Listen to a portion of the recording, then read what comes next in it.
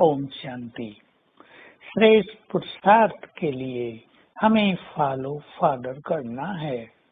हमारे सामने ब्रह्मा बाबा का बहुत ही सुंदर उदाहरण है, जिन्होंने अपने जीवन में सर्वश्रेष्ठ त्याग किया, जिन्होंने गहन तपस्या की और स्वयं को महानतम बना दिया, सबसे महान बना दिया, आदर्श जीवन बना दिया, सर्वस्व समर्पित कर दिया, संपूर्ण वैराग्य जीवन में धारण कर लिया और कर्म करते हुए सदा योग युक्त रहने का बहुत सुंदर एक आदर्श प्रस्तुत कर दिया हम सभी के समक्ष।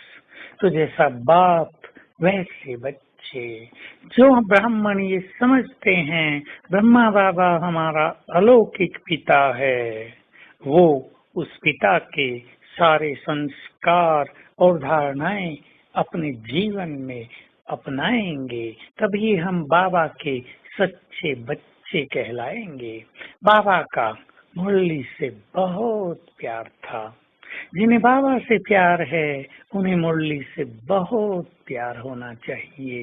बाबा अपने बच्चों को बड़ी ऊंची नजर से देखते थे कि ये मेरी महान आत्माएं विश्व का कल्याण करने वाली हैं, इन्होंने ही भगवान को पहचाना है। हम भी एक दूसरे को उसी महान दृष्टि से देखें। बाबा यदि कुछ शिक्षा देते थे तो पहले सभी को स्वमान में स्थित करते थे, फिर कुछ बात कहते थे। हम भी शिक्षाएं आदेश के रूप में न दें, दूसरों को स्वमान में स्थित कराकर फिर अच्छी बात सिखाएं। बाबा अपने काम को कभी पेंडिंग नहीं रखते थे, आज का काम आज समाप्त कर देना। बाबा रोज सवेरे 3 बजे उठकर गहन तपस्या में मग्न हो जाते थे।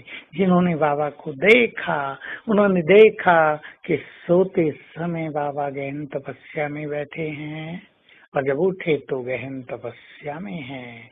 इसलिए बाबा और मामा के लिए शिव बाबा ने कह दिया, उनका नींद का समय भी योग में गिना जाता है, क्योंकि वो योग युक्त होकर ही सोते हैं और योग युक्त होकर ही उठ जाते हैं, उठते ही पुनः योग युक्त हो जाते हैं।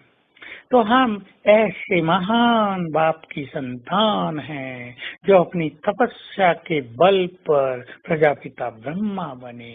हम ऐसे महान बाप की संतान हैं जिसने ग्रस्त जीवन जीकर लेकिन महान तपस्या करके अपने को संपूर्ण निर्विकारी बना दिया। हम ऐसे महान पिता की संतान हैं जिसने संपूर्ण त्याग करके अपने त्याग को कभी स्मरण भी नहीं किया, दिखाया भी नहीं कि मैंने कोई त्याग किया है, जिसने निमित्त भाव सदा अपने जीवन में धारण कर लिया।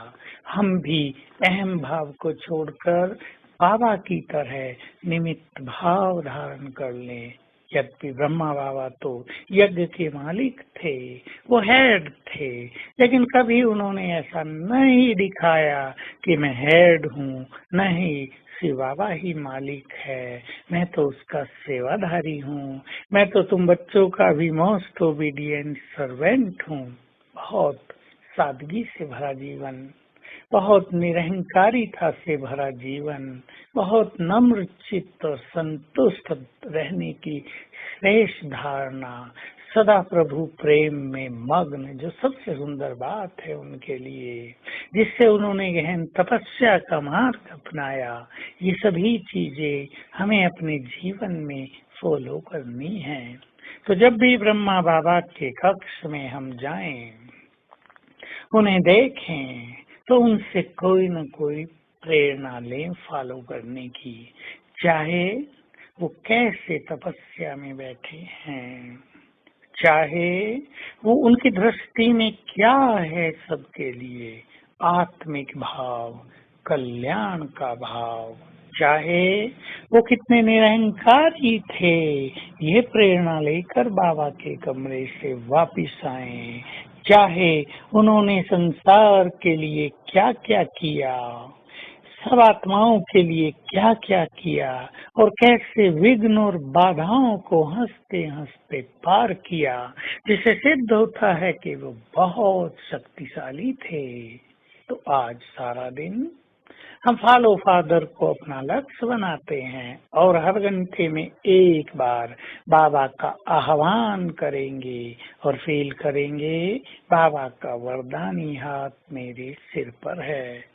ओम शांति।